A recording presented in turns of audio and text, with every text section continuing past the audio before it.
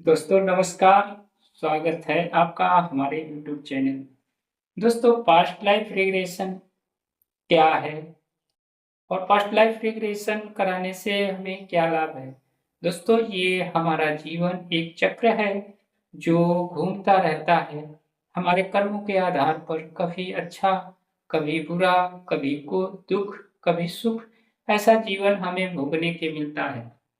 इसमें भगवान का कोई भी रोल नहीं है। भगवान ने एक नियम बना दिया और उस नियम को इस ब्रह्मांड में लागू कर दिया और हमें स्वतंत्र बना दिया कि हम जैसा भी चाहें अपने जीवन को वैसा जी सकें।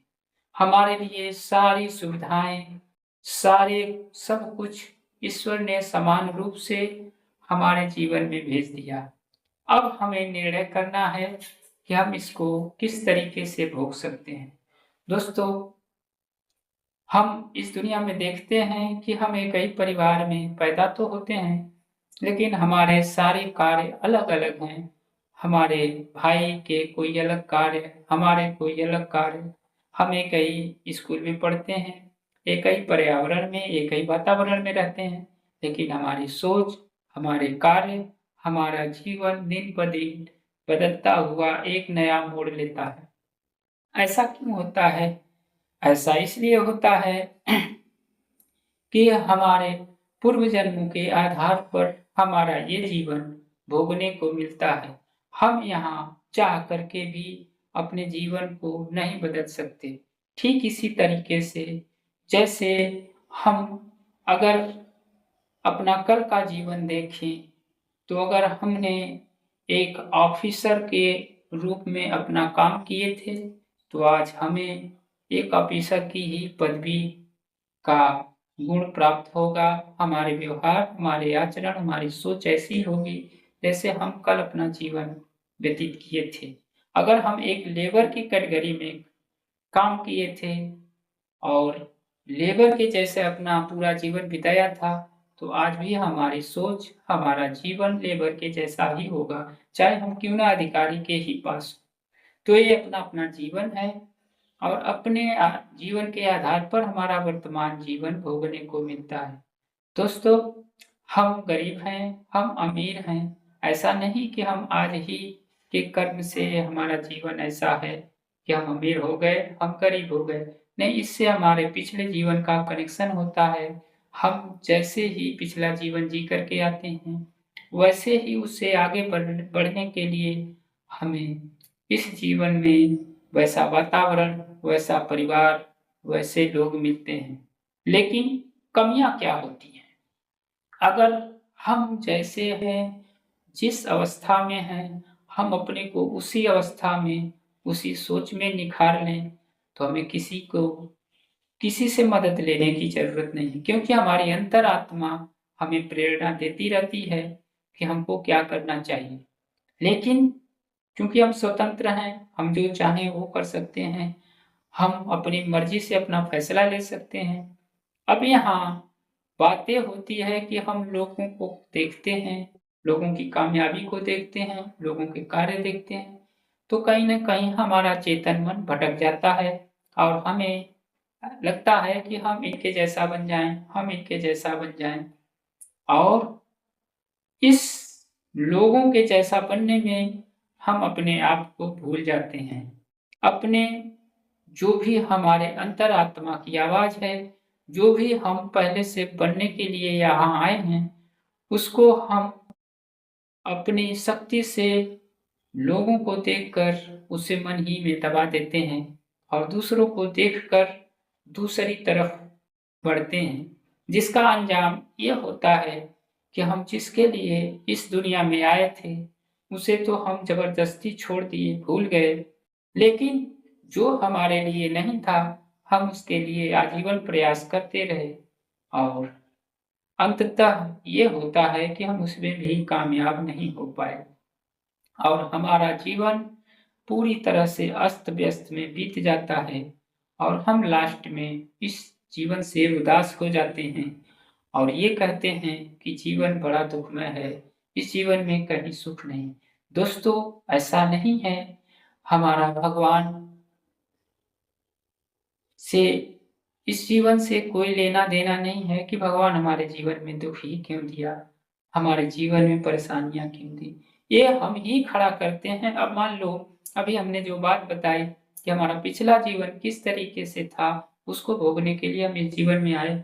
हमारी अंतरात्मा उसको बार बार कहती रही कि हमें ये करना चाहिए, हमें ये करना चाहिए, लेकिन हम अपने अंतरात्मा की नहीं सुन करके दूसरों को देखकर एक नया कर्म खड़ा किए।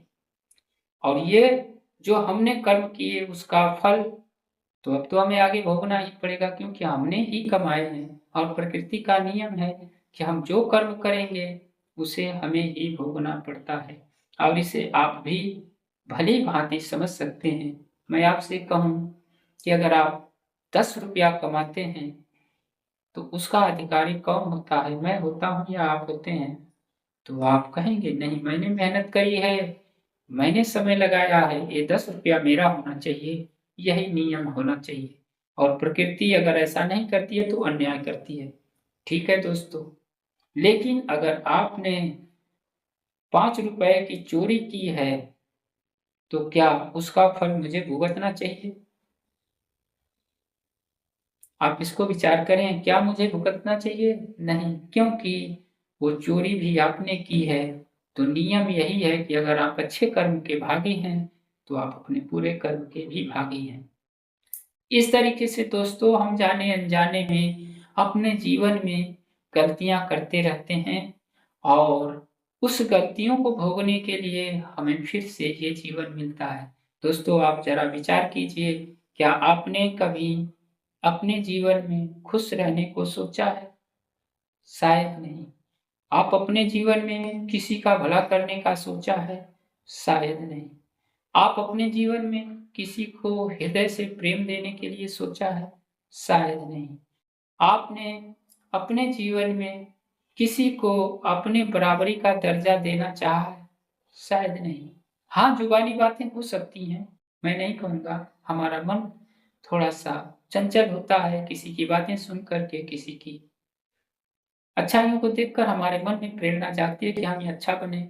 और ये होना ही चाहिए, क्योंकि हमारा मन परमात्मा से जुड़ा है और परमात्मा प्रेम का रूप है, इसलिए हमारे अंदर हमारे मन में ऐसी भावनाएं जागती हैं। लेकिन हमारा जीवन जो है, जो इस जीवन की दिनचर्या है, ये कहीं न कहीं हमें हमारे अस्तित्व से, हमारे मार्ग से हमें भटकाती रहती है। हम चाह करके भी किसी से वास्तविक प्रेम नहीं कर पाते, किसी से वास्तविक संबंध भाईचारा नहीं बना सकते। हम केवल स्वार्थ के लिए जीते हैं।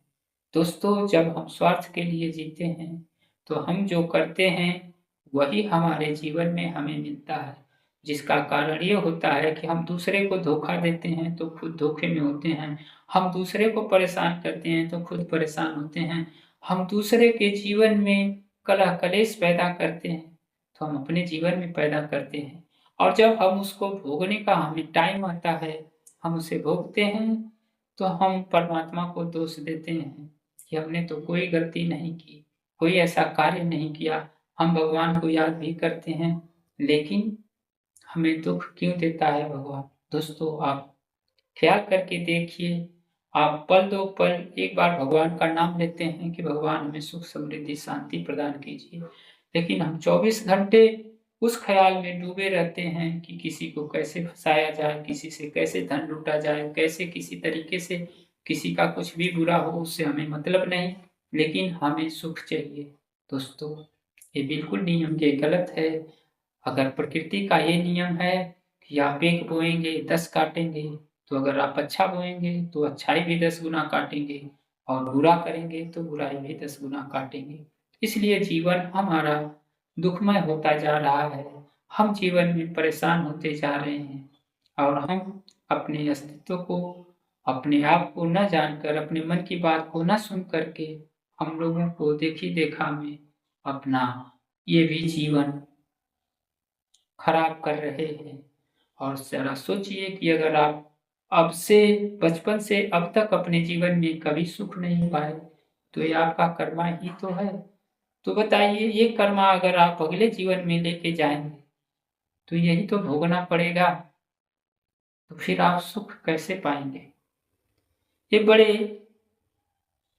समझ की बात है दोस्तों। हमें क्या करना चाहिए ये अब आप खुद ही निर्णय करें, क्योंकि कर्म के आधार पर ही हमारा जीवन है, चाहे जैसा भी है। दोस्तों, मिलता हूँ अगली वीडियो में, तब तक के लिए नमस्कार।